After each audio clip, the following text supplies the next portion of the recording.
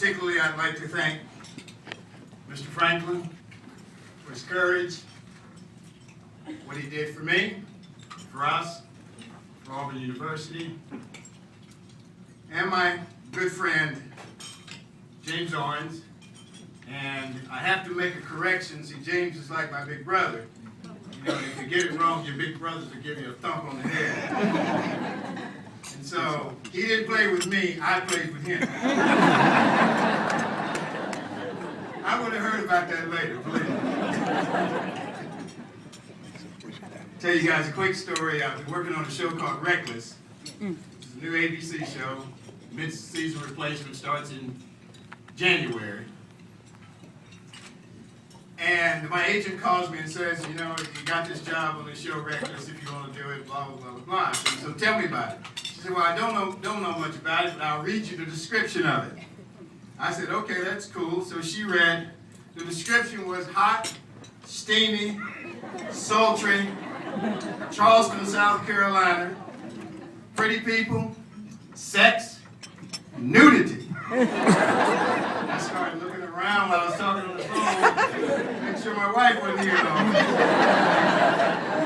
I'm thinking, okay, so I'm probably going to be some old cool gigolo on this show. You know what I'm saying? This is going to be cool. My agent says, well, they want you for the judge. Judge? The only thing hot and steamy about a judge is that robe you got to wear under all those lights. So, when this show starts in January, if you watch it, and they cut to me, and I'm sweating, it ain't because it's steamy and it's sultry. It's because of that robe. This is a milestone for Joyce and I. It's the first time we've ever presented together. And our styles are so different. Have you ever seen that YouTube video with Pavarotti and James Brown? That's us. She's Pavarotti, and I'm, hey! So, Sid talked us into this. And if you know Sid, you know she can talk a cat off of a fish truck. So, we agreed to do this. And so then we started talking about how we were going to do it. So I said, well, okay, with you. I said, so you go first, and then I'll come and I'll clean up. She said, no, you go first. I said, no, you go first. She said, no, you go first. I said, look, you know I went to school there, the people that know me, blah, blah, you go ahead and go first. She said, no, you go first. So then I put my foot down. See how that turned out. I gotta tell you one more quick thing. And then she says, well, I'm gonna put a little booklet together with my talk. And so I'll just have my talk in a little booklet. And she said, you want me to make you a booklet? Man, I don't need a booklet. What are you talking about a booklet? What am I doing a booklet? I'm talking 30 years, I don't need a booklet. So for all y'all who can't see, I want you to know I got my booklet.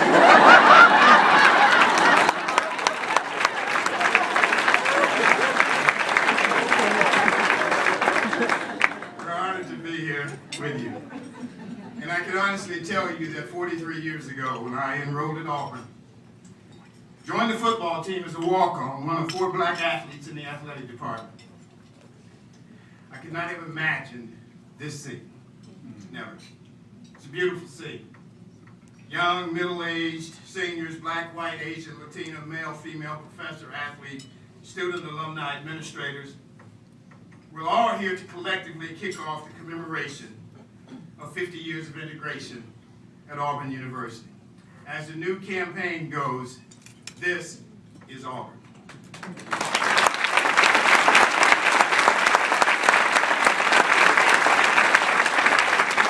Some of you have heard me speak of the moments of our lives, those unique moments in our lives that we can never, ever recreate. Today is one of those moments. Once upon a time, in a long, long, long, long, long ago world, in the year of 1952, in the state of Alabama, a young boy was born in Birmingham. He was the first child in his family. The boy was loved, cherished by his family, his extended family, and his community. Dreams were planted and fertilized within this boy. He was inquisitive, curious about the world. He loved books. He read everything he could get his hands on because books also fertilized his dreams. They made him inquisitive. Inquisitive not only about his world, but the world that was beyond his world. And he would have these talks with his mom, and like most talks between small children and parents, the mom did the explaining and the boy consistently asked, why? And so one day, in a show and tell, she showed him his birth certificate. And he looked at the birth certificate, and he saw his name, and it made him proud. He saw his parents' name. And then he saw a box. And that box had the word race in it. And somebody had written in that box the word Negro. Mama, what's a Negro? His mom proceeded to explain, but with every explanation, the next question came, why? Until at some point, she could no longer answer the whys. And so she just said, okay, let's move on to another subject. But it stayed with the boy.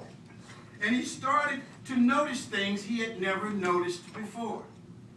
He started to notice the world beyond his own family and his own community. And that world treated him differently. Because he found out he was a Negro. He never understood why when they went to the Woolworths that they always drank from the water found on the left and they never drank from the water found on the right. He didn't know that was because he was a Negro. When they went to the medical clinic where his dad worked at the foundry, the black sat on the left and the white sat on the right, and there was a dividing wall with a nurse's station in the middle.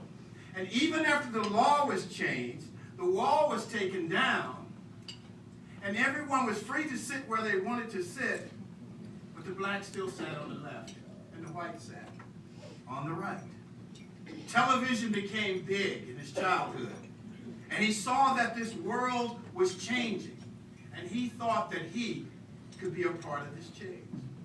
In 1966, the boy was selected to be one of 6 black freshmen to go to John Carroll High School, a majority high school on the south side of Birmingham.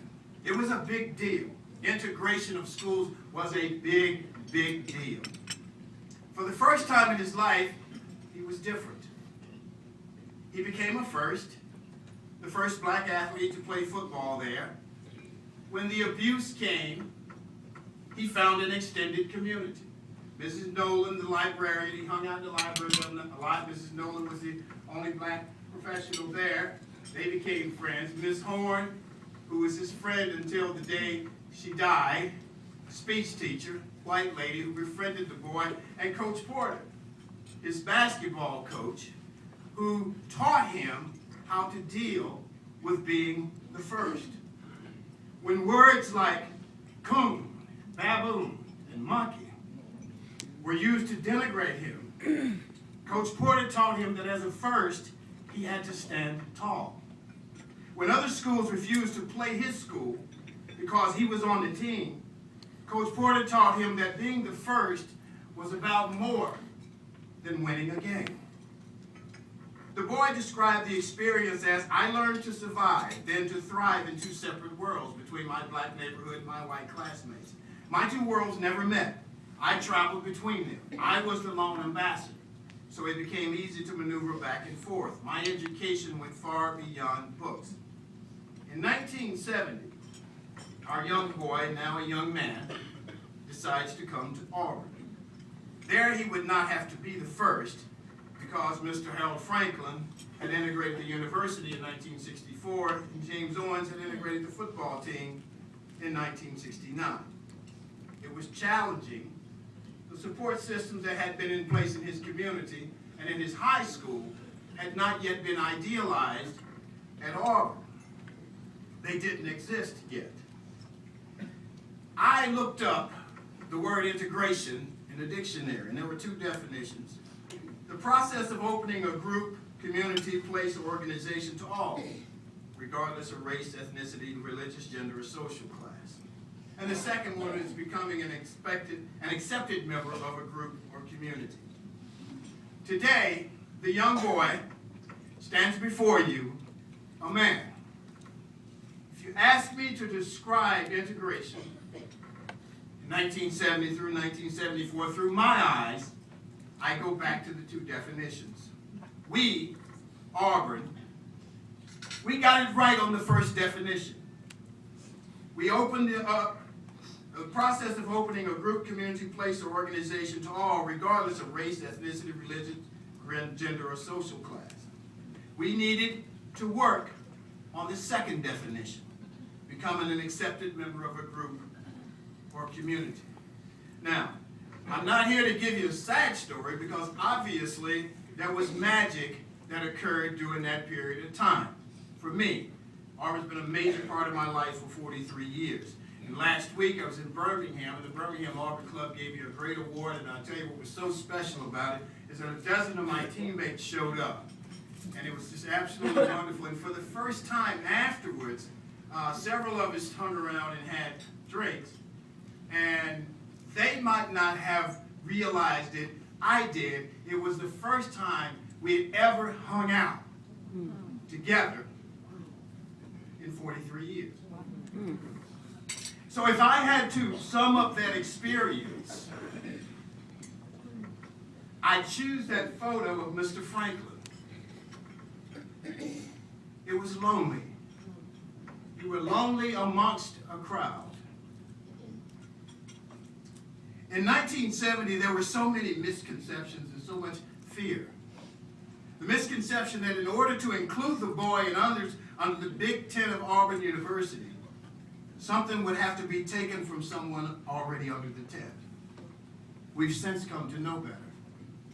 We know now that a university tent is big enough to include all of us, our respective cultures, talents, social needs, intellectual capacity, philanthropic desires. Auburn University is a big tent.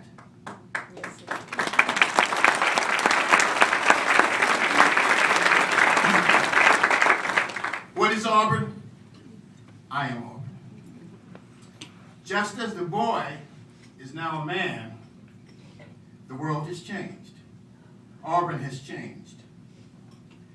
One of my friends was telling me that he served on a panel committee in the mid-90s, and with a blue ribbon committee that was put together to talk about diversity, and they selected these people, and as they were sitting around the table, one of the ladies said that she wanted things to be the way they were when she was in school at Auburn in 1955. Our history is our history. I never back away from our history, and you shouldn't either. We honor it. We learn from it, but we do not have to relive it. We're not a perfect institution, but we are a changing institution. One that cherishes diversity and encourages those that are different to find their comfortable place under the big Auburn University tent. My friend David Housel says Auburn is a human institution. It's going to change because human beings change. You've got to hold on to what's good from the past and let other stuff go and move on to the future with a spirit that is unafraid.